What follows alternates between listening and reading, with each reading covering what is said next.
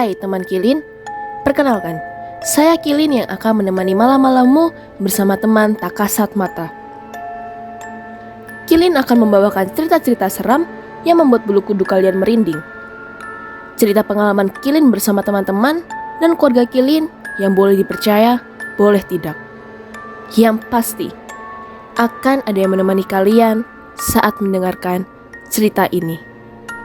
Sebelum kalian mendengarkan cerita Kilin, jangan lupa untuk subscribe, tekan tombol lonceng, like, comment, and share ya. Hai, aku Kilin. Hari ini Kilin akan melanjutkan berbagai pengalaman horor yang dialami Tante Mita sekeluarga.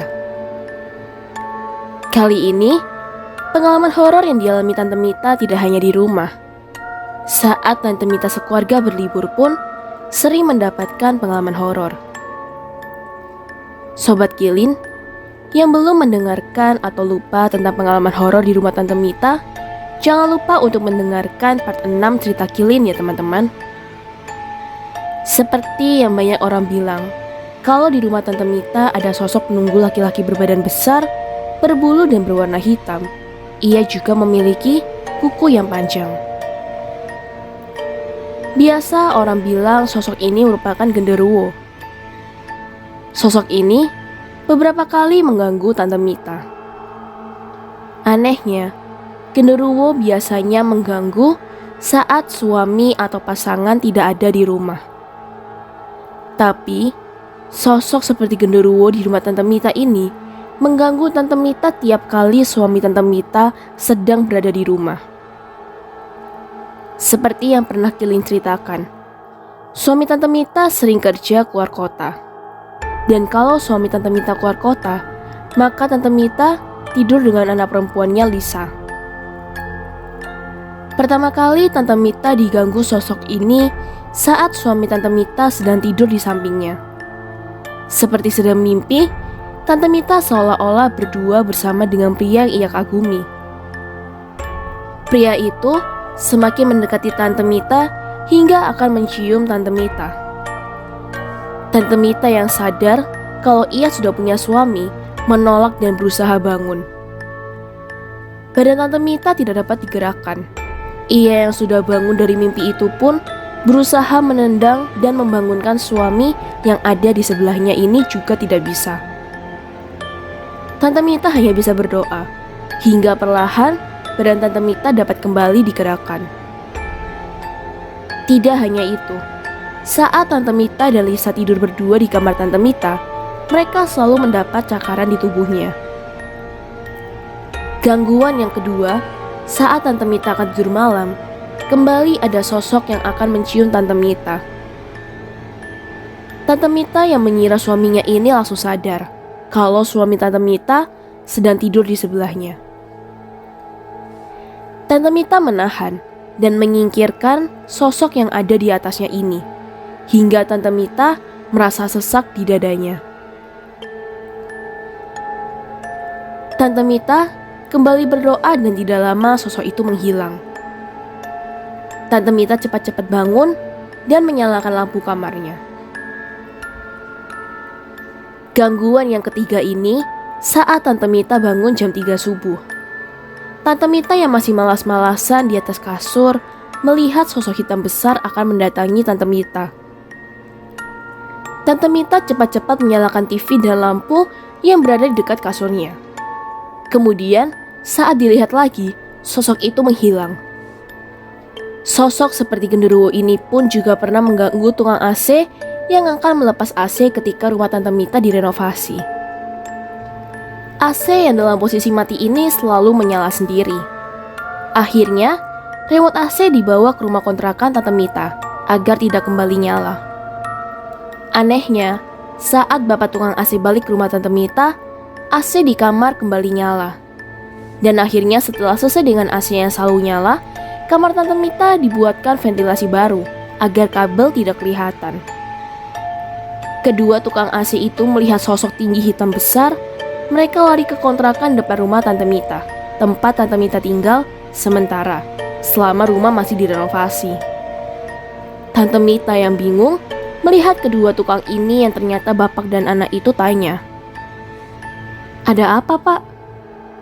Sambil terengah-engah, bapak itu bilang, "Bu, ada sosok tinggi hitam besar di kamar, Bu." Beberapa hari kemudian, bapak tukang AC menghubungi Tante Mita dan tanya, apakah sosok tinggi besar di rumah Tante Mita itu masih ada di rumah atau tidak. Tante Mita yang bingung hanya menjawab, "Kenapa, Pak?" "Sosok tinggi besar itu mengikuti saya dan anak saya sampai ke rumah, Bu. Anak saya ketakutan melihat sosok tinggi hitam besar di rumah," ucap bapak itu. Sepertinya sosok ini tidak terima karena merasa tempatnya diganggu bapak tukang AC. Saat Tante Mita mendatangi rumahnya untuk melihat, sosok seperti genderuwo ini berada di tangga. Dan Tante Mita baru sadar penampakan kaki yang pernah ia lihat di daerah tangga adalah kaki genderuwo. Tante Mita juga pernah melihat sosok seperti genderuwo berada di belakangnya saat Tante Mita sedang gosok gigi di malam hari. Tante Mita melihat sosok ini di kaca wastafel dan ketika melihat ke belakang, sosok ini menghilang. Setelah rumah direnovasi, Tante Mita kembali mengundang saudara-saudaranya, yaitu Tante Dewi sekeluarga dan Tante Lili sekeluarga untuk makan di rumah Tante Mita. Selesai makan, mereka mengobrol bersama sambil bercanda di dalam kamar Tante Mita. Suami Tante Lili yang saat itu juga di dalam kamar mencium bau yang sangat tidak enak, membuatnya mual dan ingin muntah. Karena tidak tahan dengan bau itu, suami Tante Lili keluar kamar. Tante Mita merasa kamarnya tidak mungkin bau sampai segitunya. Ia juga mencari bau yang tidak enak yang dibilang iparnya. Tapi Tante Mita tidak mencium bau apapun. Keesokan harinya, tiba-tiba Tante Mita mencium bau seperti bau busuk yang sangat tidak enak di sisi kiri Tante Mita. Tapi anehnya, di sisi kanan Tante Mita ada bau harum seperti bau harum bunga. Tante Mita teringat kejadian kemarin dan baru percaya dengan bau yang dibilang saudara iparnya. Tidak hanya sosok hitam besar, di kamar Tante Dewi juga ada penampakan perempuan. Tante Mita saat itu sedang beristirahat sebentar, sehabis membersihkan rumah dan memasak. Sebelum menjemput anaknya Lisa, Tante Mita tidur-tiduran di kasur sambil menonton TV. Tante Mita kemudian merasa seperti ada yang sedang memperhatikannya.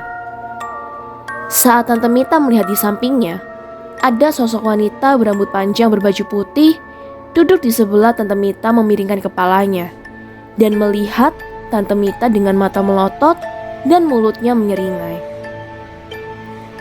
Tante Mita kaget dan ia kembali melihat ke arah kaca, berharap sosok itu menghilang.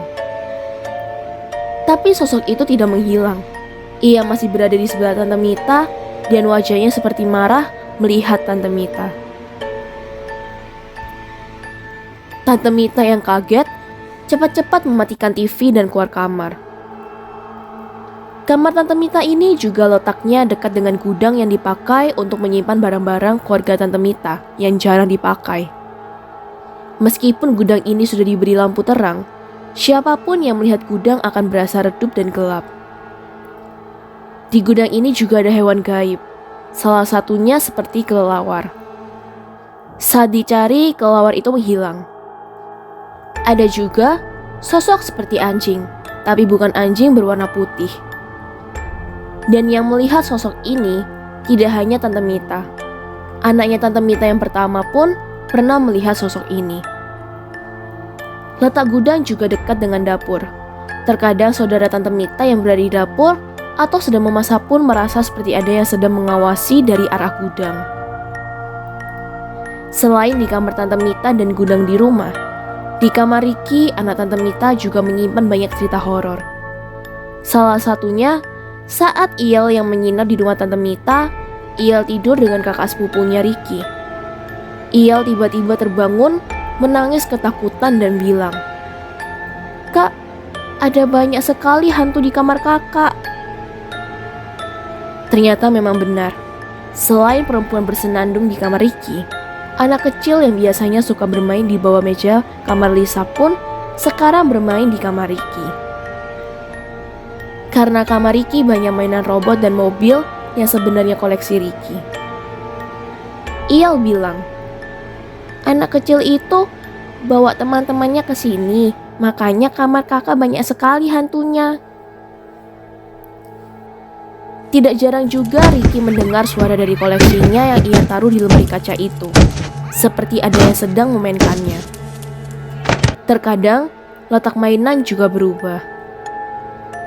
Teman Kilin masih ingat lukisan di rumah Tante Mita. Lukisan ini juga punya banyak cerita yang sangat seram. Anak Tante Mita Daniel kembali ditampaki sosok wanita dalam lukisan. Saat itu, Daniel sepulang kerja melihat wanita yang berada di dalam lukisan keluar dari lukisan dan menaiki tangga ke atas. Karena kedua kali Daniel melihat penampakan dari lukisan ini, atas saran dari saudara-saudaranya, Tante Mita memutuskan untuk membuang lukisan itu. Selain penampakan-penampakan di rumah, saat berlibur pun Tante Mita sekeluarga tak jarang melihat sosok penampakan. Salah satunya saat Tante Mita sekeluarga yang berlibur ke Bali. Di salah satu villa, saat akan menghampiri suaminya, tiba-tiba Tante Mita melihat wajah suaminya berubah menjadi sosok seram dan kembali ke wajah suami Tante Mita dengan cepat. Tante Mita berpikir, apa dia kecapekan? Sampai-sampai melihat sosok menyeramkan di wajah suaminya dan berganti-ganti dengan cepat. Malam harinya, Tante Mita kembali dikagetkan dengan penampakan pria basah kuyup. Pria itu melihat ke arah Tante Mita, membuat Tante Mita ketakutan hingga mereka sekeluarga memutuskan pindah villa. Dari villa, Tante Mita sekeluarga menyewa salah satu apartemen di Pulau Dewata. Di apartemen ini, Tante Mita sekeluarga juga mendapatkan gangguan dari sosok tak kasat mata. Salah satunya, koper di kamar seperti ada yang sedang memainkannya. Dan sekilas di dekat koper itu, ada seorang pria berdiri. Di apartemen ini juga ada sosok anak kecil bule yang sukanya duduk di atas meja makan.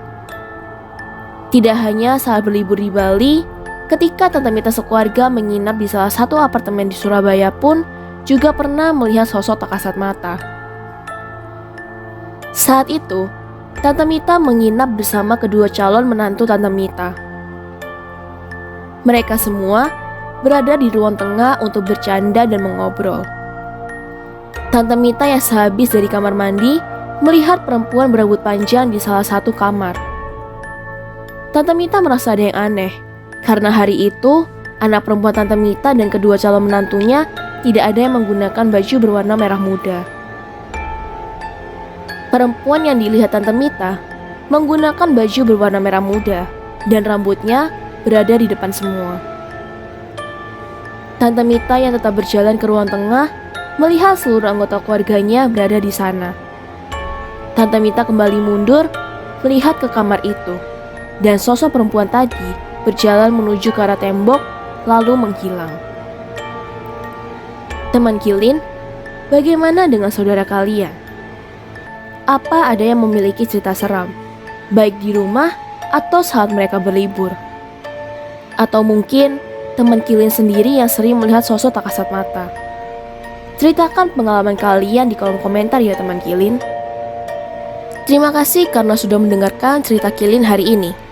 Teman Kilin juga hadir di platform podcast kesayangan kalian, yaitu Spotify dan Noise. Jangan lupa datang dan dengarkan cerita-cerita seram Kilin lainnya. Terima kasih juga untuk subscribe, like, share, dan komennya teman-teman Kilin.